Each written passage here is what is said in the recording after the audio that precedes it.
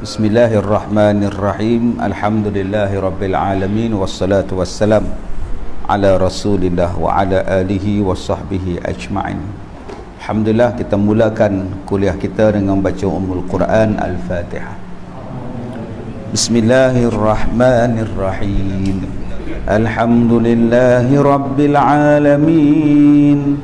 Ar-Rahmanirrahim.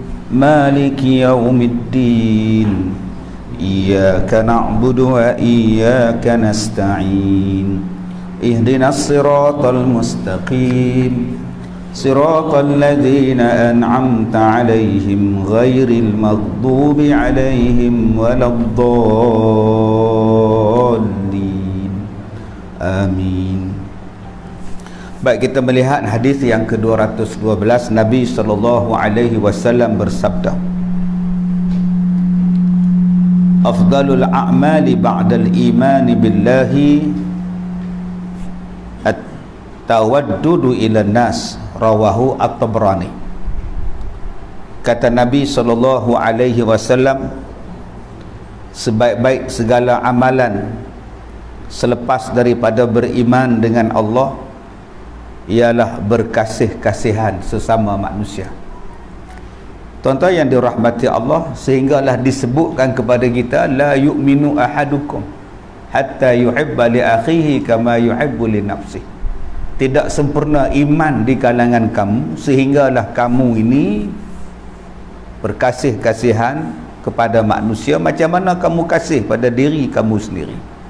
Begitu tuan-tuan yang dirahmati Allah. Sebab banyak orang dia memahami konsep kesempurnaan iman tu macam-macam, tetapi kita hendaklah memahami konsep itu sebagaimana yang dikehendaki oleh Nabi kita. Di antaranya ialah berkasih sayang sesama manusia. Jangan duk benci, jangan duk bergaduh, jangan duk iri hati, jangan duk dendam, jangan berpecah belah, jangan bergaduh. Tapi itulah yang berlaku kepada kita pada saat ini. Kerjanya ialah gaduh. Datang ke surau, gaduh di surau. Datang ke Dewan Orang Ramai, gaduh di Dewan Orang Ramai. Pergi kedai kopi, tekak di kedai kopi. Sampai ke parlimen, gaduh. Mengalahkan budak tadika parlimen. Di mana sifat kasih sayang kita ni? Yang disebut oleh Allah dalam Quran, Muhammadur Rasulullah. Walladzina ma'u asyidda'u 'alal kuffar ruhama'u bainahum. Nabi Muhammad tu ialah Rasulullah. Siapa yang mengaku bahawa dia mengikut Rasulullah, hendaklah dia tegas dengan orang kafir dan berlaku berlemah lembut, berkasih sayang sesama Islam. Tapi sesama Islam ni dengki mendengki, kianat mengkianat, macam-macam, sampai pada satu tahap putus saudara, putus adik-beradik, putus hubungan silaturrahim. Tuan-tuan, dalam hadis ni Nabi sebut perkara yang paling afdal selepas beramal dengan beriman kepada Allah ialah kita melakukan kasih sayang. Baik, melakukan kasih sayang kepada manusia banyak tuan-tuan. Yang pertama, memberi salam. Memberi salam, melafazkan ucapan salam tu mendatangkan kasih sayang. Cuma kita sekarang ni tak digalakkan bersalam lah. Salam tak di tangan, tak di dada ni. Ni baru punya salam. Nak bersalam kan jangkit pula kata orang. Okey. Salam dengan ahli masjid tak jangkit. Salam dengan suami isteri tak jangkit pula, tu yang pelik. Cuba akak-akak abang-abang ni bersalam dengan isteri di rumah macam ni. Tak ke pelik punya dia tuan-tuan. Tapi nak buat mana dah norma kita pun norma lah. Norma lah, norma dan mahuri lah, normadiah lah, norma semuanya. Kita memberi salam itu mengeratkan silaturahim. Yang kedua, supaya kita mengeratkan silaturahim, nama dia ziarah, menziarahi. ziarah menziarahi juga. Sekarang nak ziarah pun tak boleh dah, penyakit banyak dah, tambah pula orang yang kita nak ziarah tu tua pula, lagi tak boleh ziarah pula, buat penyakit pula, tak boleh ziarah pula. Saya takut tuan-tuan yang kita duk sebut COVID ni menjadikan kita hilang sifat yang duk sebut ni, at-tawaddudu ilan nas. At-tawaddudu ilan nas ni hilang dengan sebab COVID ni. Ziarah tak boleh, raya hari pertama saja, raya kedua tak boleh. Nak ziarah raya pertama saja, raya kedua tak boleh ziarah. Macamlah ziarah raya pertama tak dapat penyakit. Kalau ziarah tu dapat penyakit, semua jenis ziarah pun tak boleh. Ni raya pertama je boleh, kedua tak boleh dah. Habis tu penyakit datang raya kedua saja ke Haji Baru. Dah juga habis tu yang kita duk amat pelik tuan-tuan. Kita takut apa yang dibuat ni menjadikan kita ni seolah-olah mengikut sunnah Nabi ni tak betul. Punca jadi penyakit ni sebab ikut sunnah Nabi SAW. Tapi buat mana itu adalah arahan, kena ikut, tangkap pula. Yang ketiganya, bagaimana nak menziarah, nak mengeratkan silaturahim, iaitu dengan memberi hadiah. Beri hadiah ni, itu adalah baik. Wa at'imut ta'am, memberi makan. Lah tak ada kuliah maghrib makan tak ada balik. Oh tak ada lagi, habis tuan. Dulu lepas bayar maghrib, lepas kuliah maghrib ada jugalah nasi lemak, bihun goreng, laksa perlih. Lah tak ada tuan. Habis isyak balik, kunci tak ada, habis bayar kunci dah. Punya takut ke COVID tuan. Jadi kita takut tuan-tuan yang dikatakan at-tawaddudu ilan nas, habis begitu saja. Nak kenuri pun dia hadkan, yang ni tak boleh, ini tak boleh. Jadi tuan-tuan kita rasa susah. Yang boleh pergi supermarket juga apa. Ini penyakit yang kita lihat. Yang seterusnya tuan-tuan, menziarahi mereka bila ada kematian. Itu nama dia mengeratkan silaturahim, berucap-ucap takziah kepada keluarga si mati. Bukan ucap takziah pada si mati. Nak buat apa lagi dah? Ucap takziah pada si mati jangan duk buat. Mayat duk depan, aku ucap takziah pada engkau. Mana mahu dah tuan-tuan. Buatnya dia jawab, terima kasih, maafkan. Kita pula jadi mayat nombor 2 tuan. Mengucap takziah pada keluarga dia. Kepada si mati kita hadiahkanlah sedekahlah bacaan Al-Fatihah ke, kita baca Qul Huwallah ke, sedekah mudah-mudahan sampai kepada dia. Yang dikatakan mengeratkan silaturahim lagi tuan-tuan, ialah berbaik-baik dengan jiran. Sama ada kita ni ziarah dia sebab dia dapat keseronokan, dapat kesenangan, dapat kejayaan, ataupun kita ziarah dia dengan sebab dia susah, dapat sakit, dapat musibah, maka kita ziarah kepada dia.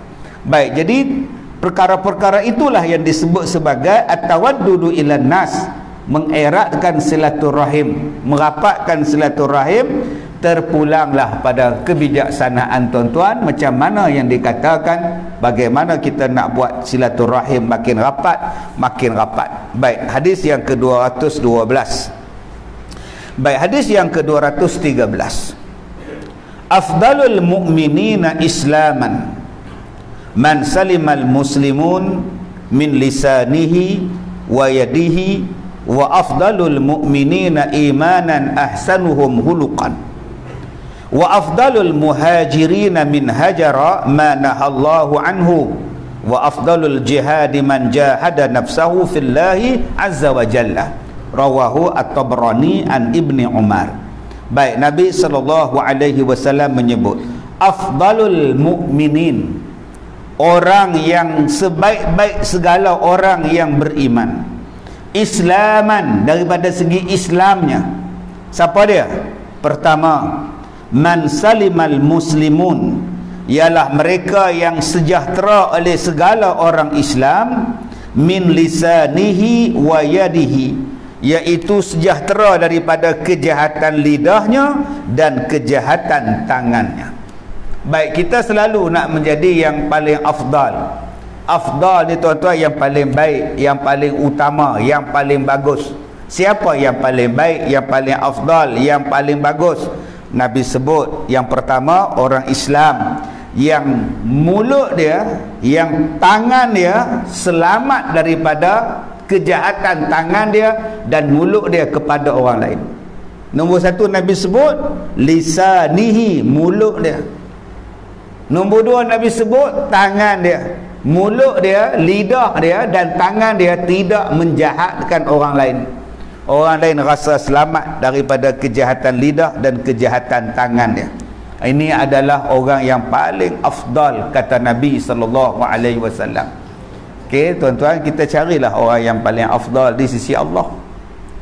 Okey, kadang-kadang kita lihat yang paling afdal ialah yang pakai jubah. Yang pakai baju batik tak afdal. Subhanallah. Contohnya gitulah, pakai jubah putih pula macam Ahmad. Ustaz Ahmad ni afdal kita ni. Mai pakai baju batik macam ni, mai mana ni? Balik mesyuarat agung apa kan? Kita lihat kan afdal tak afdal orang daripada sudut itu. Nabi sebut afdal seseorang dia bukan daripada sudut berpakaian. Pakaian ni kita boleh pilih, tuan. Kita boleh pakai, nak main masjid pakai baju Melayu, main bola pakai jersey bola, kita boleh pakai. Tapi baik di masjid, baik di padang bola, lidah kita tak boleh kawal. Sebab tu nak tengok baik tak baik orang, tengok lidah dia dulu. Walaupun dalam masjid, kalau dia mengumpat, dia tak baik. Kalau dia memfitnah, dia tak baik. Kita menilai daripada sudut. Yang pertama kita nilai pada pakaian. Pakai t-shirt, pakai seluar jean, oh ni tak bagus. Tapi mulut dia baik. Ngumpat tidak, mengata ke orang tidak, memfitnah tidak, mengadu domba tidak, semayang tidak, itu tak baiklah tuan. Semuanya tidak belakang. Bukan makna semua tidak tu baik. Kita diletakkan manusia yang paling afdal, yang jaga lidah dia. Ini belum apa-apa, kita belum buka mulut. Bila jumpa dia, dia dah mula cerita pasal orang itu, dia cerita orang sana, dia cerita orang itu. Orang ni tak afdal. Kita kata tak apa lah Mat, kalau kau nak ngumpat, aku balik dulu lah. Kena cakap macam itu. Masalahnya Ustaz kan, dia terasa pula, lantak dia terasa. Daripada kita duduk dengar sekali. Tapi saya tak ngumpat Ustaz, saya dengar aja. Itu namanya adik-beradik. Tak, adik-beradik sepupu nama dia. Bila kita dengar dia ngumpat, dosanya sama dengan dia. Baik ngumpat sekali, puas hati. Ni tak, kita tak ngumpat diam. Saya tak ngata Ustaz, dia mengata. Engkau ada sekali, ada, dengar sampai habis lah. Engkau sekali. Jaga lidah tuan-tuan. Lidah ni, orang lumpuh pun jahat. Dia kena stroke, duduk di rumah dah 2 tahun, terlantar atas katil. Bukannya dia pergi mana pun, duduk atas katil lah, lumpuh. Tak berjalan mana dah, pergi ziarah dia. Kita tanya dia, apa khabar tu Haji? Bodoh je soalan. Dah aku lumpuh kau tanya lagi. Nampak? Awal-awal dia jawab bodoh dah tuan-tuan. Tak padan dengan lumpuh. Saja aku tanya kau dah sihat. Masjid dia orang tu dah start kuliah ke? Dah start dah 2 minggu dah. PKP dah boleh dah buat kuliah maghrib. Oh ya, patut memekak aja, aku nak tidur pun tak boleh. Nampak tak tuan-tuan? Memekak dia kata. Padahal lumpuh tu. Nampaklah Nabi sebut min lisanihi. Itu dengan kita yang jarang-jarang jumpa, dia boleh cakap macam tu. Bayangkan jadi isteri dia. Bayangkan kalau akak-akak di atas ni jadi isteri dia macam. Isteri. Leha, Milo ais. Oi bodoh, Milo ais. Nampak? Bodoh dia panggil isteri dia. Bila isteri dia letak situ, amboi sedap panggil orang bodoh. Aku minta 20 jam tak sampai. Bodoh. Bodoh pula sampai dia. Dah lah tadi bodoh, lagi bodoh lagi. Tak padan dengan lumpuh. Isteri tu cakap, kalau aku hilang sabar, aku pekuk dengan bantal orang tu ni. Menyusahkan orang, dah lah menyusahkan orang. Mulut pun menyusahkan orang. Sebab itu tuan-tuan, Nabi sebut tadi, mulut ni bukan tentu kita sihat nak jadi jahat. Sakit pun nak jadi jahat dengan mulut. Nak maki Tuhan dengan mulut. Dia naik tangga surau tu, mula-mula dia maki siapa? Elok-elok perempuan duduk di bawah, gatal buat di atas. Celakil lagi nampak. Ni bukan orang sini lah, di Afrika tak. Aku dah sakit lutut. Mula-mula dia maki AJK surau, ngada buat di atas, dah elok duduk di bawah kata dia. Bila dah sampai di atas, duduk sila di atas, dia maki lutut pula. Yang lutut ni pun haram jadah juga. Nampak tak tuan-tuan? Penyakit kita ni. Sebab itu dia bukan kira yang mari masjid, yang mari surau ni dah garanti baik dah. Belum tentu lagi. Belum tentu lagi. Maka Nabi sebut manusia yang paling afdal ialah manusia yang paling baik lidah dia. Dia takkan menjahatkan orang lain, takkan membinasakan orang lain. Sebab ada dengan lidahnya tuan-tuan, dia membinasakan perniagaan orang lain. Kamu beli dari kedai dia tu, memanglah pekat kuah dia, kuah mi Bandung dia pekat, tapi kamu kena fikir macam mana boleh pekat tu. Udah tuan-tuan, lingkup kedai mi Bandung dia. Nombor 1. Ada orang yang lidah dia baik, diam je. Tangan pula jahat tuan-tuan. Sebab tu Nabi sebut yang kedua, wayadihi, tangan pula jahat. Saya pergi ceramah satu masjid, batal ceramah tuan-tuan sebab mikrofon tak bunyi. Batal ceramah, mikrofon tak bunyi. Jenuh AJK, Tok Bilal, pengurusi repair macam mana ni, batal lah. Macam mana nak cakap, saya bukan boleh mekap jerit kuat-kuat tu haji, batal balik.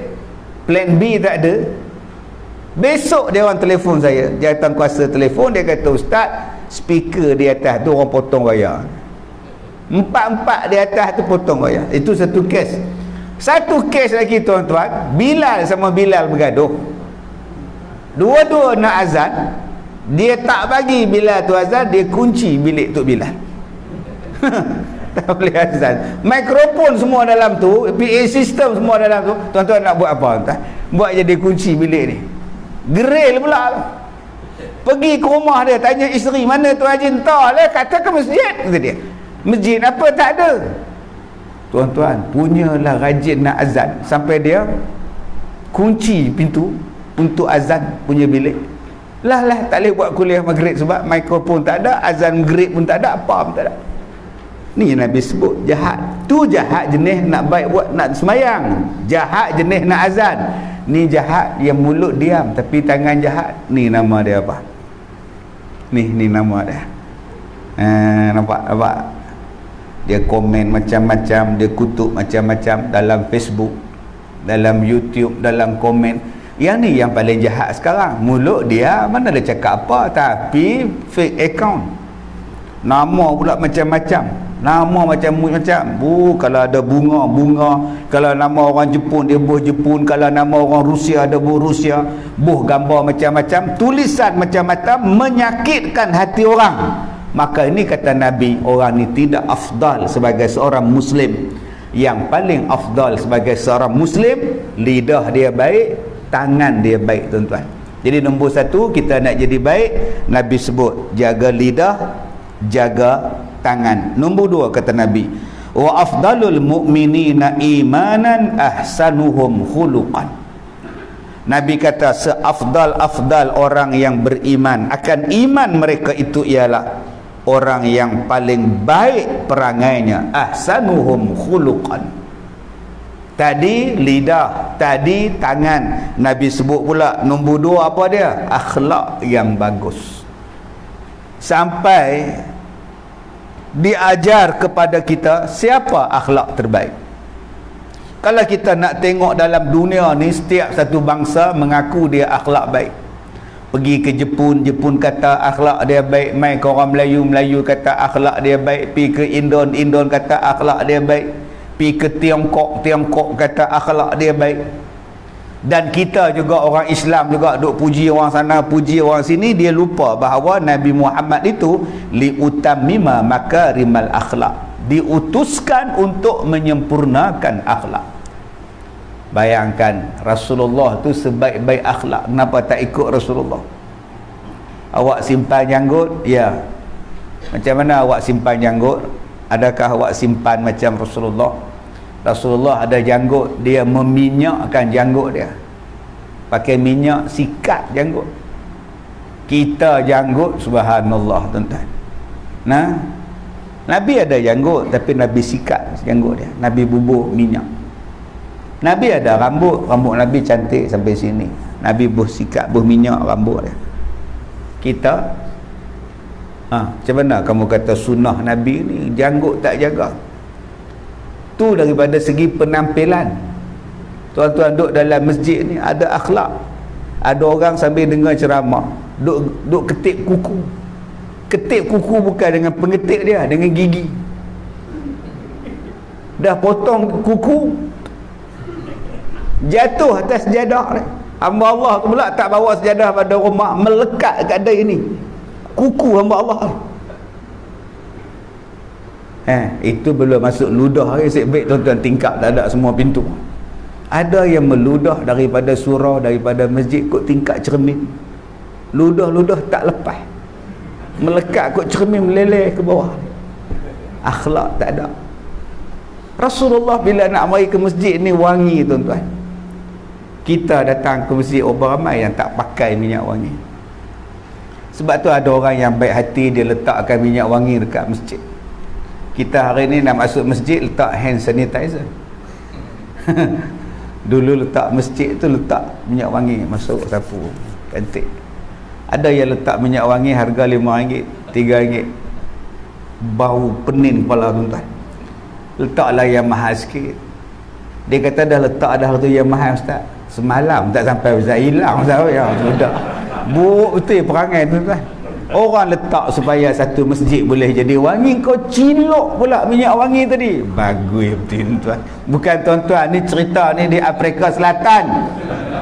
Jangan tuan-tuan duk kata orang ni pula, ni cerita jauh ni di Kongo Stan ni tuan-tuan. Baik. Malam ni kita datang masjid semua cantik, segak. Haji Ridwan segak, Haji Farouk segak, semua segak malam ni. Pasal apa? Pasal kita datang masjid. Khuzu zinatakum 'inda kulli masjid. Pakai cantik-cantik bila datang masjid, pakai wangi-wangi, perhiasan yang baik. Tuan-tuan sekarang ni duduk ni semua baik. Semua baik belakang ni. Pasal apa? Pasal di masjid. Pasal ramai-ramai di surau di masjid, sebab tu duduk pun baik. Sebab tu Nabi dia sebut yang paling baik bukan di sini. Sebab di sini saya menjadi baik sebab saya depan tuan-tuan. Tuan-tuan depan saya semua jadi baik. Nak tengok kita ni baik atau tak baik bukan di sini, no, di rumah. Di rumah. Nabi kata orang yang paling baik di kalangan kamu adalah orang yang paling baik dengan isteri dia. Jadi isteri kita kata tak kita baik, maka baiklah. Cuba tanya pada isteri kita, Kak Nak, Cik Abang Bidin okey? Mui. Makna tak baik lah tuan-tuan. Macam mana Kak Nak, Abang Bidin okey ke? Boleh lah ustaz. Lepas sesak dia kata tuan-tuan. Nak tengok baik tak baik isteri kita. Habis tu ustaz, kalau saya tak ada isteri? Sudah tuan-tuan. Siapa penilaian dia? Saya tengok dia tuan. Kita yang tak ada isteri ni siapa? Sebab tu kalau tak ada isteri, kena cari isteri supaya kita boleh jadi baik. Kalau kita tengok kawan kita tak ada lagi isteri, cari lah. Tolong bagi kat dia. Tolong bagi, cari kat dia. Saya cari banyak lah dekat dia. Di pondok saya ramai 65, 74. Alhamdulillah. Jadi nak tengok kita baik, khiyarukum li ahli. Orang yang paling baik di kalangan kamu, kata Rasulullah, ialah orang yang paling baik kepada ahli dia, kepada keluarga dia, kepada isteri dia, kepada iyal dia. Kalau isteri kita kata kita baik, isteri mengaku kita ni adalah lelaki yang baik, suami yang baik, baiklah kita tuan-tuan. Sebab kita tak boleh berlakon depan isteri kita. Di sini tuan-tuan boleh tahan kentut, cuba tahan depan isteri. Abang di surau abang kentut macam tu tak? Tak adalah kentut, orang tengok. Tu kenapa abang kentut depan saya? Kamu tak apa, bini aku. Nampak tuan-tuan? Buruk punya perangai. Kalau kita di masjid tuan-tuan, kita bersihkan masjid, kita tolong masjid, di rumah kita tolong dah isteri kita. Rasulullah bila ditanya tentang akhlak kepada isteri Rasulullah, kata Rasulullah, akhlak Nabi tu macam akhlak Al-Quran. Cuba tuan-tuan tengok akhlak Al-Quran. Apa maksud akhlak Al-Quran ni? Nombor satu, kita bila baca Quran, mana ada jemu? Tuan-tuan ada jemu dengar baca Quran. Kita tengok tu imam dah baca Fatihah. 3 rakaat Fatihah, 2 kena baca kuat. Habis sembahyang kita menyembang kat belakang. Engkau tak ada bagi cadangan dekat dia orang ke? Rakaat pertama jangan baca Fatihah. Tiap-tiap tahun dah, tiap hari Fatihah aja, banyak surah lain lagi. Kenapa kamu cakap macam tu? Aku jemu dengar Fatihah. Tuan-tuan ni baik tuan-tuan hantar dia ke pakar psikiatrik. Dia ni gila ke apa? Mana ada kita jemu dengar bacaan Quran Fatihah tiap-tiap hari tak jemu? Apa maksud bila kita baca Quran kita tak jemu? Apa maksud dia? Akhlak Rasulullah macam akhlak Al-Quran. Maksudnya ialah akhlak Rasulullah tidak menjemukan. Dia tak menjemukan orang lain, tak menjemukan isteri dia, tak menjemukan umat dia. Itu nombor 1. Akhlak Quran tu maksudnya apa? Akhlak Nabi tak ada satu yang menjemungkan orang lain. Orang suka dengan Nabi, orang duduk dengan Nabi, orang seronok dengan Nabi. Bila Nabi tak ada, Nabi balik, sahabat jadi kot lain lah. Jadi kot lain, sampailah Nabi ni wafat. Ada sahabat yang tak sanggup pun tinggal di Madinah sebab duduk terbayang lagi pada Rasulullah. Ada yang pindah ke Syria, ada yang pindah ke Iraq, ada yang duduk tempat lain tuan-tuan. Sebab apa? Duduk terbayang-bayang Nabi jadi imam. Duduk terbayang-bayang Nabi berjalan main ke masjid. Duduk terbayang dia berbual dengan Rasulullah. Bila Rasulullah wafat, dia tak boleh nak duduk. Balik dia tempat lain. Bilal bin Rabah pergi tempat lain. Sebab apa? Indahnya akhlak Nabi ni. Dia kata aku tak boleh duduk sini, aku duduk teringat kat Nabi punya baik. Cuba bayangkan kita bila duduk dengan orang lain pusing. Bila kita balik rumah baru lapang, lega rasanya. Maknanya buruk akhlak kita tuan-tuan. Jadi lepas ni kita ubah akhlak kita menjadikan orang suka dengan kita. Sebab apa suka dengan kita? Tak tahu tak?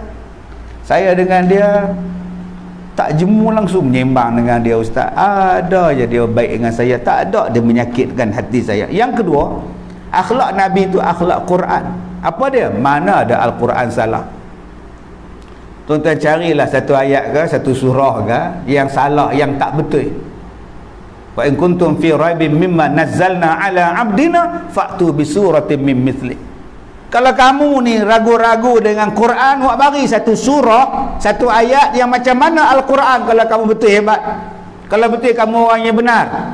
Tak ada siapa boleh cabar Quran. Maknanya Al-Quran itu betul, kata-kata yang benar. Sadaqallahul azim. Maha benarlah Allah akan kata-katanya yang maha agung. Jadi akhlak Nabi, akhlak Al-Quran, akhlak Nabi sentiasa betul. Sentiasa betul. Sebab tu saya awal-awal saya kata tadi, akhlak Nabi bila jumpa dengan orang, dia mula-mula hulurkan tangan bersalam. Dan dia orang yang paling akhir menarik tangan dia selepas bersalam. Maknanya bersalam itu betul akhlak dia. Nabi Muhammad bila dia jumpa orang, dia manis muka. Maknanya senyum itu betul akhlak dia. Betul hari ni orang buat kajian tentang senyum, orang buat kajian tentang kelebihan potong kuku. Dimulakan daripada tangan kanan jari telunjuk dia, disudahkan dengan ibu jari kanan dia. Orang kaji tu tuan, sampai tahap masuk tandas tu, masuk dengan kaki kiri tu pun orang kaji betul tak betul cara yang diperbuat oleh Nabi sallallahu alaihi wasallam. Daripada bangun tidur Nabi sampailah tidur semula Rasulullah, semua akhlak Rasulullah itu adalah betul. Sebab itulah disebut akhlak Al-Quran tuan-tuan. Jadi kalau kita nak jadi orang yang terbaik iman kita, nombor 2 kata Nabi sallallahu alaihi wasallam, jadilah orang yang paling baik akhlaknya. Yang ketiga, wa afdalul muhajirin man hajara ma nahallahu anhu. Yang ketiga kata Nabi, sebaik-baik orang yang berhijrah, yang berpindah, ialah mereka yang meninggalkan barang yang dilarang oleh Allah Subhanahu wa taala. Ini sebaik-baik hijrah. Kita sebut hijrah zaman Nabi dulu ke Madinah. Kita sebut hari ni hijrah nak jadi orang baik lah. Hijrah zaman sekarang ni daripada tak baik kepada baik, baik kepada yang lebih baik. Apa dia?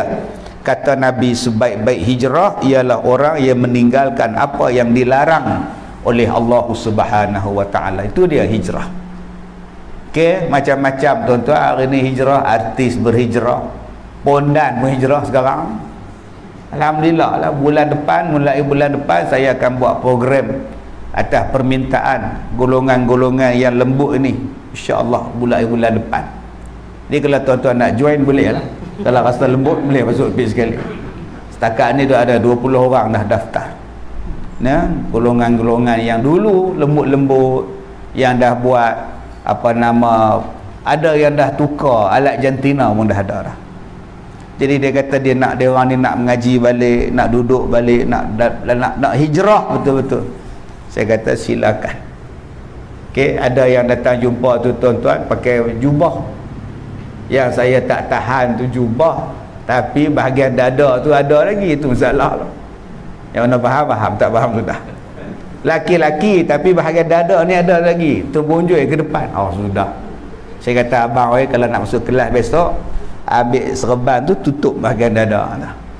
Ambil kain pelikat macam Hermantino tu tak sini, dia tak nampak sangat lah.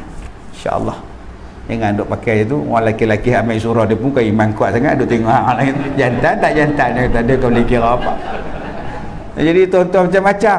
Jadi kalau kita duk kutuk dia orang, kita duk kata kawan ni lari pula, tapi kita tarik dia orang, mudah-mudahan mereka ni hijrah. Jadi macam mana nak kalau kita tak tolong, tak bagi ruang, tak bagi peluang pada mereka? Kita duk condemn dia orang. Kalaulah besok dia orang mari ke surau tuan-tuan jangan duk usik pula. Duk ngorak pula, duk usik, duk raba punggung tu salah. Tu yang depa lari pula tuan-tuan ni. Mereka dah hijrah. Mudah-mudahan penghijrahan itu diterima oleh Allah berkekalan. Dan kita kena cari jalan bantu. Sebab ada yang datang mengadu, dia kata bila dia hijrah, dia dah berhenti buat kerja tak elok, dia tak ada peluang kerja. Tak ada orang yang nak bagi dia peluang untuk dia bekerja. Orang tak percaya, orang tak suka ke apa, tak tahu. Jadi macam mana dia nak cari rezeki dia? Okay, ada juga yang berjaya tuan-tuan. Yang saya jumpa, yang saya buat apa semua ni, sekarang dah jadi buka kedai makan dah. Ya, dah habis dah. Dia buang semua dah apa-apa kosmetik dia apa semua. Sekarang baru ni saya jumpa semayang itu dah pakai jubah, pakai serban elok dah. Ya, otak apa nak cam lah, yang dia tu bekas pondan tuan-tuan.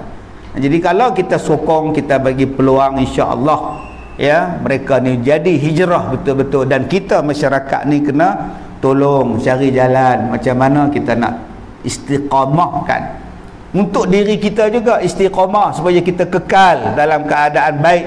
Dan juga kita bantu mereka, wa ta'awanu 'alal birri wat taqwa, tolong dia orang jadi orang baik, jadi orang bertakwa kepada Allah. Dan yang keempat kata Nabi sallallahu alaihi wasallam, wa afdalul jihad man jahada nafsahu fillahi azza wa jalla, sebaik-baik jihad ialah orang yang berjihad memenangkan hawa nafsunya, memerangkan hawa nafsunya kerana Allah Subhanahu wa taala. Seafdal jihad ialah berperang mengalahkan hawa nafsu dia, menewaskan hawa nafsu dia. Cuba tuan-tuan tengok, hawa nafsu ni bukan suka. Hawa nafsu ni tak suka pada apa? Pertama, dia tak suka pada ibadat. Sebab tu dia minta cepat habis. Semayang cepat habis, azan cepat habis, kuliah cepat habis. Sebab nafsu tak suka. Puasa cepat habis, lagi cepat habis puasa lagi bagus. Dia nak raya je tuan. Ini nama dia hawa nafsu. Orang yang sebaik-baik jihad, kalahkan. Dia tak suka pada benda baik-baik ni. Apa ceramah ni? TV ada ceramah, FB ada ceramah, surau ada ceramah. Dia tak suka.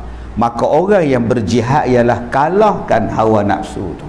Suka untuk berbuat ibadat, suka untuk duduk di dalam tempat ibadat.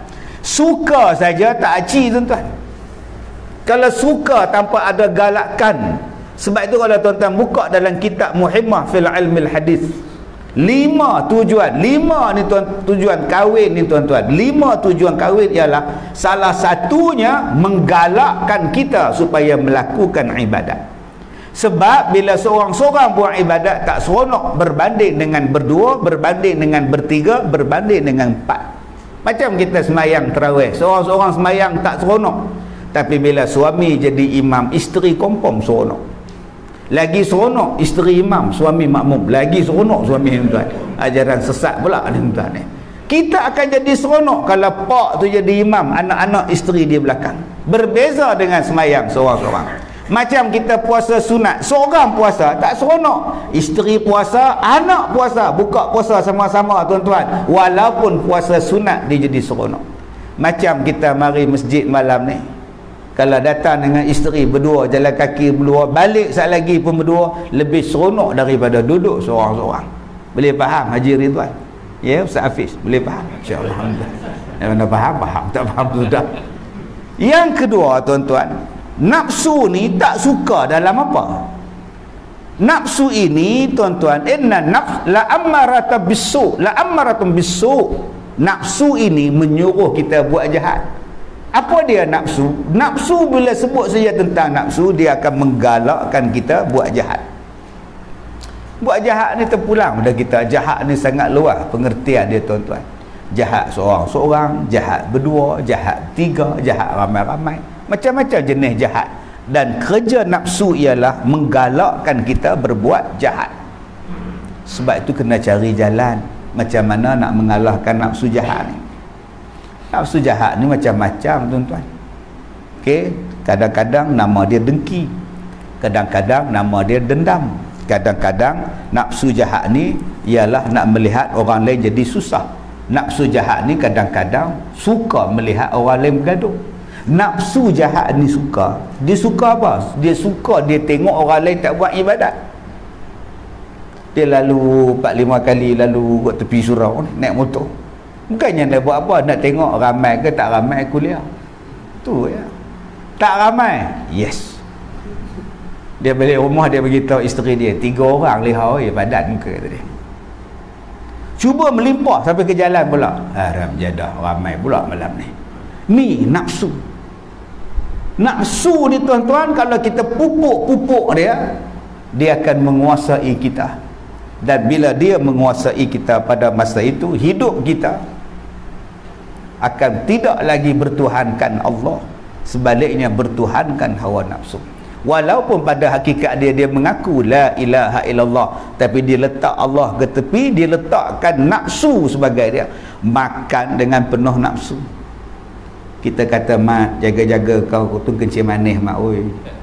Jagalah sikit. Kalau aku jaga pun dia tak ya kencing manis juga, lantak aku lah.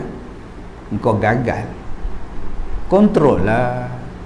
Kau tu sakit jantung, kau tak boleh buat macam ni. Ya tak ya pun kau sakit jantung juga. Dia dah mengikut hawa nafsu dia. Orang yang mengikut hawa nafsu dia tuan-tuan, sampai pada satu tahap, apa kata syaitan, apa kata benda-benda ni dia sanggup buat. Saya pernah jumpa tuan-tuan satu orang yang berubat penyakit saka. Dia ada saka. Kata bomo lah saka. Saya kata, mana abang tahu yang abang ni ada saka? Bomo cakap. Jadi apa tujuan jumpa saya? Nak tanya hukum.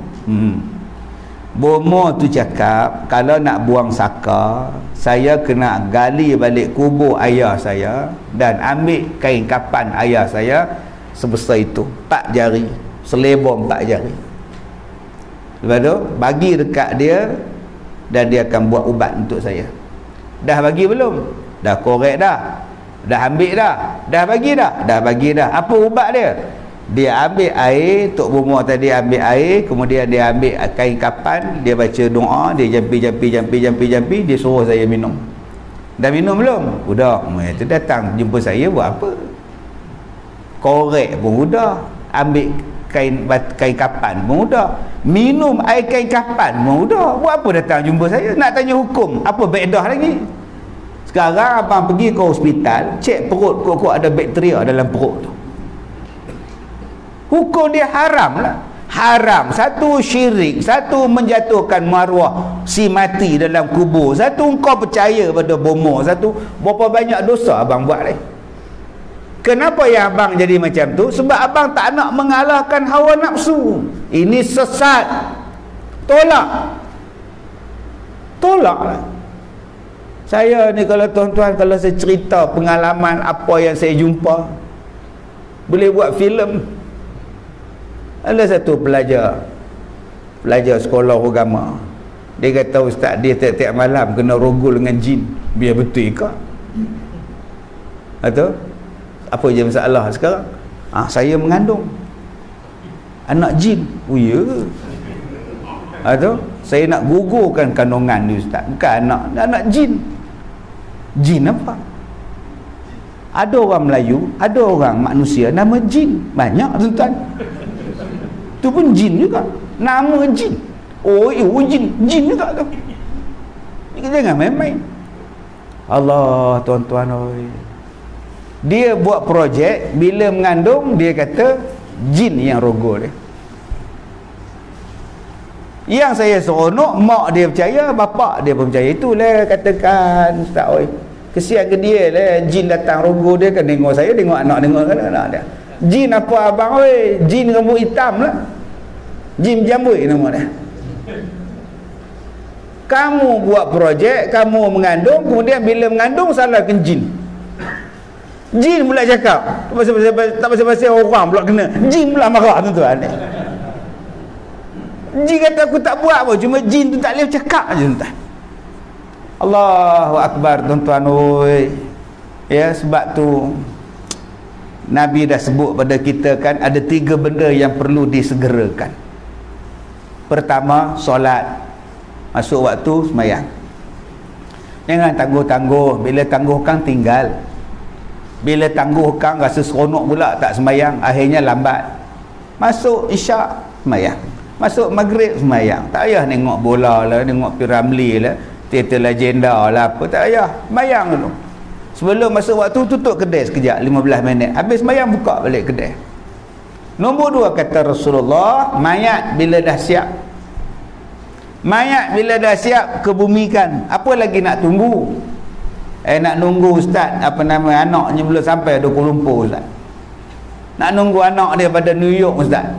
Lagi 2 minggu sampailah anak dia. Lepas balik kena kuarantin 2 minggu. Bila nak tanam mayat ni? Bila mayat tu dah siap, mandi dah tanam lah.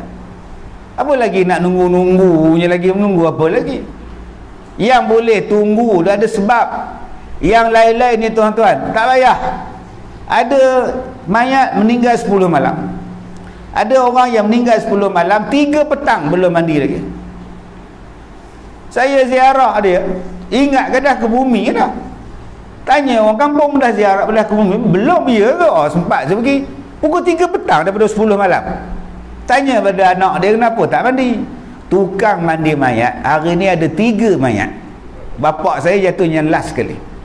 Jadi nak pergi sana dulu, nombor 2 mayat kedua pula, baru mayat ketiga bapak saya.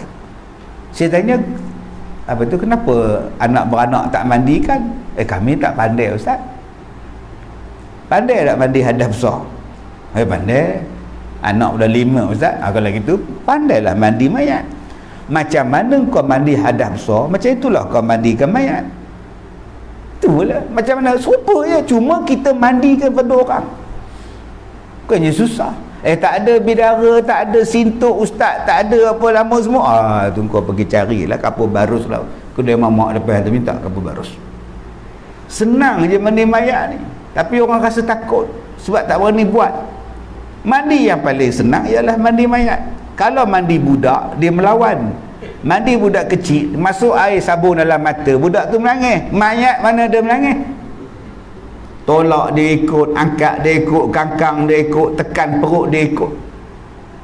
Tuan-tuan angkat kepala mayat pelan-pelan, ada dia marah?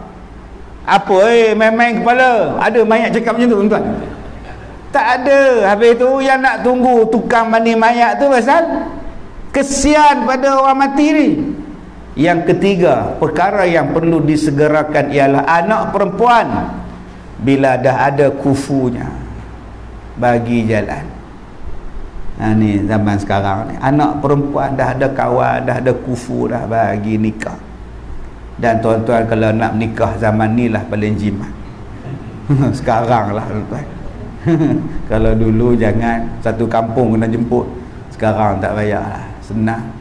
Jimat belanja. Jadi akak-akak yang sedang menonton FB Live ni, nak menikah sekarang kau dah ada kawan tu, tunggu lama-lama lagi, jadi ikut lain nanti kau. Baik, kemudian hadis ke-214. Baik, hadis yang ke-214. Afdalun nasi mu'minun yujahidu fi sabilillah bi nafsihi wa malihi thumma mu'minun fi sya'bin minasy-syi'abi yattaqillah wa yada'un nas min syarrihi, rawahu al-Bukhari an Abi Sa'id al-Khudri. Sebaik-baik manusia itu ialah orang beriman yang mengorbankan dirinya, mengorbankan hartanya di dalam perang fi sabilillah. Ni yang terbaik sekali, orang yang berjihad dengan harta, berjihad dengan nyawa pada perang fi sabilillah. Yang ni kita tak terlawan tuan-tuan dengan para sahabat-sahabat dulu-dulu, para tabi'in, ya, yang memperjuangkan harta, nyawa mereka untuk Islam. Sampailah Islam sampai kepada kita sekarang. Tak terlawan kita tuan-tuan. Kita baru nak berperang mengalahkan subuh pun kalah. Nak buang selimut tu pun salah, kalah kita. Bayangkan kalau nak berperang dengan mereka ni, nak lawan mereka. Cukup hebat. Sebab tu Nabi kata afdalun nas, sebaik-baik manusia yang beriman, orang yang berjihad dengan harta, dengan nyawa mereka pada jalan Allah. Yang kedua, kemudian mukmin yang berkediaman di celah-celah bukit, takut akan Allah, lalu dia meninggalkan manusia kerana memeliharakan daripada kejahatan dia. Orang sekarang panggil uzlah. Uzlah.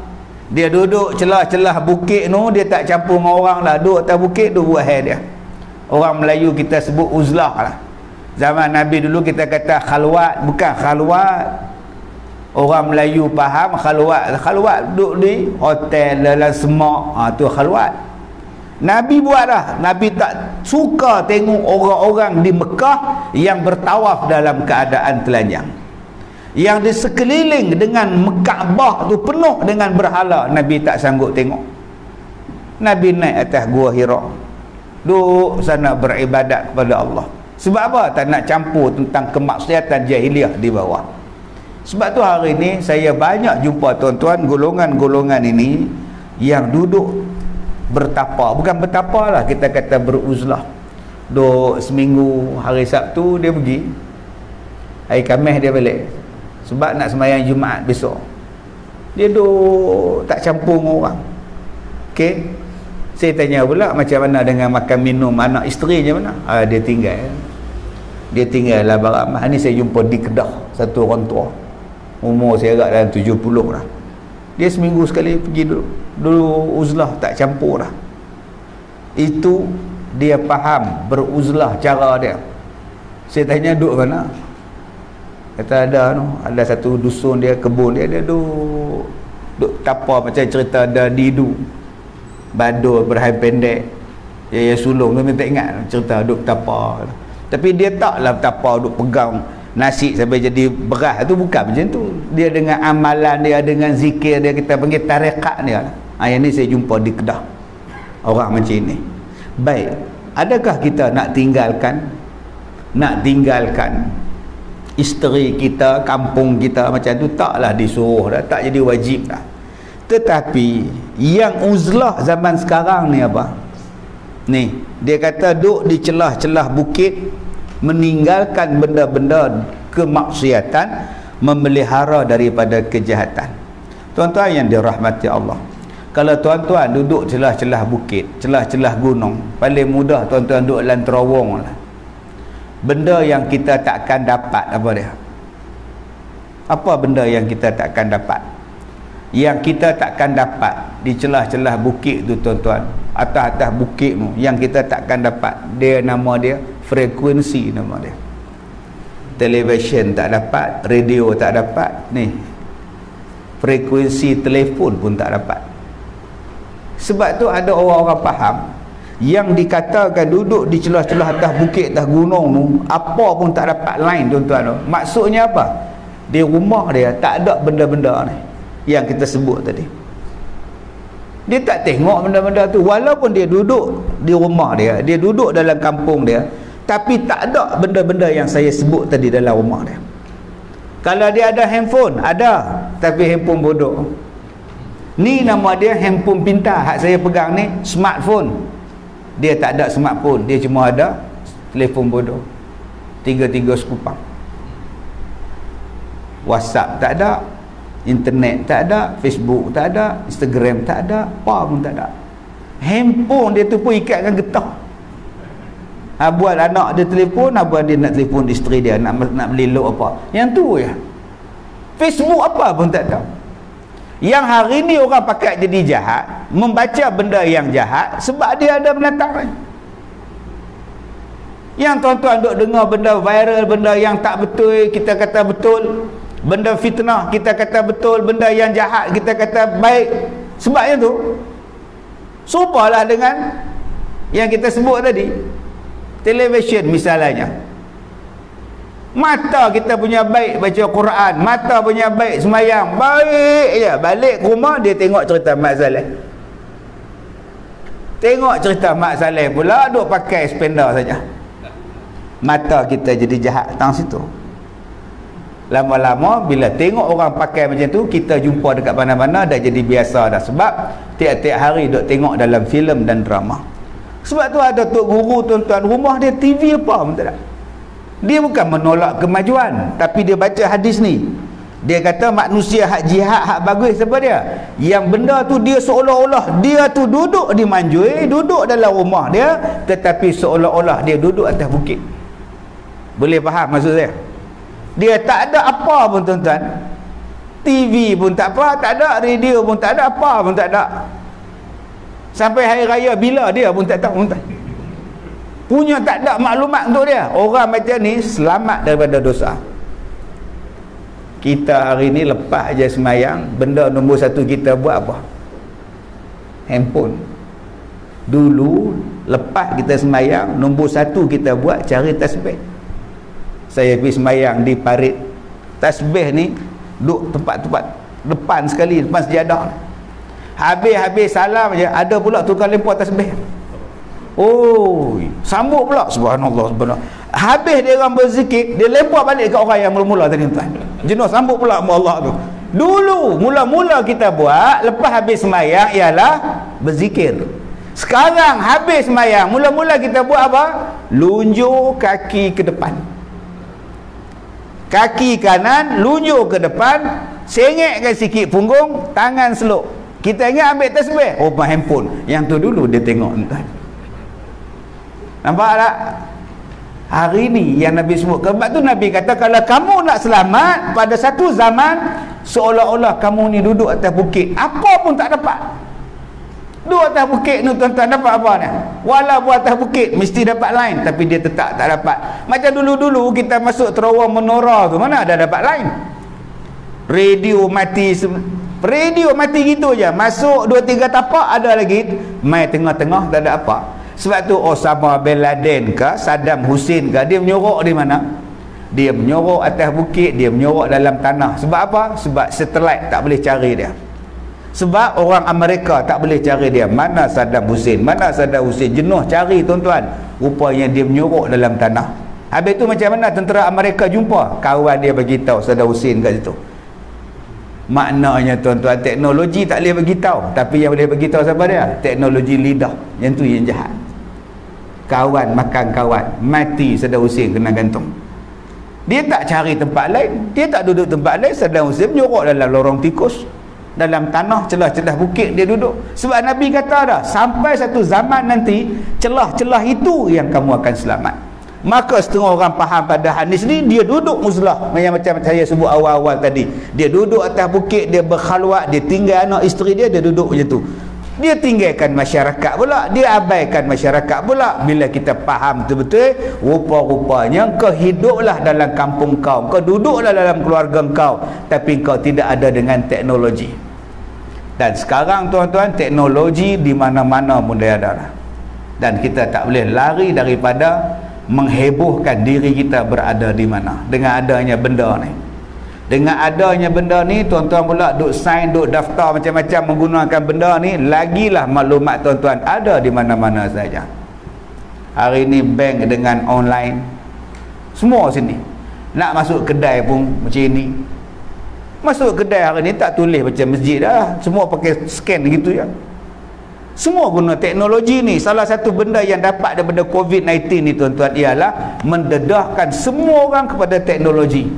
teknologi maklumat, bila cari siapa kepala dia, nampaklah kepala dia Bill Gates yang mula-mula buat. Semua dalam pengawasan mereka tu. Sebab tu orang yang tak ada benda ni paling selamat. Dia pergi kedai, dia tulis nama dia Bidin bin Leman, selesai masalah. Saya malas nak nulis, ustaz, letih Bidin bin Leman. Tuan-tuan pergi kedai rajin, tempah cok Bidin bin Leman, dah selesai masalah. Boh nombor telefon, boh nama Bidin bin Leman, dah selesai masalah. Larang nak nulis gitu. Tempah tu. Tu hak duk cop tu. Baik, bila kita faham hadis ni tuan-tuan yang dirahmati Allah, mungkin sampai satu masa ya kita kena menghadkan diri kita pada teknologi. Jangan terlalu terdedah, yang kadang-kadang bila kita terdedah, kadang-kadang kita punya kekuatan, kita punya teknologi tentera, kita punya kekuatan negara dan sebagainya dalam keadaan yang berbahaya. Bukan setakat diri kita bahaya, kekuatan negara kita juga boleh berbahaya. Baik, hadis yang terakhir, hadis yang ke-215. Iqtarabatis sa'ah wa la yazdadu an-nasu 'ala ad-dunya illa hirsan wa la yazdadun minallahi illa bu'dah. Rawahu al-Hakim an Abi Mas'ud. Hari kiamat sudah hampir. Iqtarabatis sa'ah, dah hampir kiamat. Walhal manusia semakin gemar dan semakin loba pada dunia, tetapi dengan Allah pula semakin jauh. Tuan-tuan yang dirahmati Allah, mati kita ni makin dekat, tapi kita ni makin loba dengan dunia. Cuba tuan-tuan tengok rumah kita, kereta dah ada, blender dah ada, lagi pinggan mangkuk dah ada, baju dah ada, menantu dah ada, televisyen dah ada, lagi gelas dah ada, peti air dah ada, freezer dah ada. Apa yang tak ada lagi kita? Jawapannya yang tak ada pada kita sekarang hanyalah syurga je lagi. Jom kita cari syurga pula. Tanah ada dah, rumah ada dah. Yang tak ada kita sekarang ialah syurga. Jom pakat-pakat kita cari syurga. Mudah-mudahan Allah beri syurga pada kita, dan adalah duduk tempat kita dalam syurga. Sebab Allah kata syurga tu seluas langit dan bumi, takkan untuk kita satu pun tak ada. Manusia yang paling celaka ialah manusia yang Allah kata syurga tu seluas langit dan bumi tapi tak ada untuk kita. Itulah yang paling celaka sekali tuan-tuan. Mudah-mudahan Allah merahmati kita. Minta maaf jika terkasar bahasa. Wabillahi taufiq wal hidayah. Assalamualaikum warahmatullahi wabarakatuh.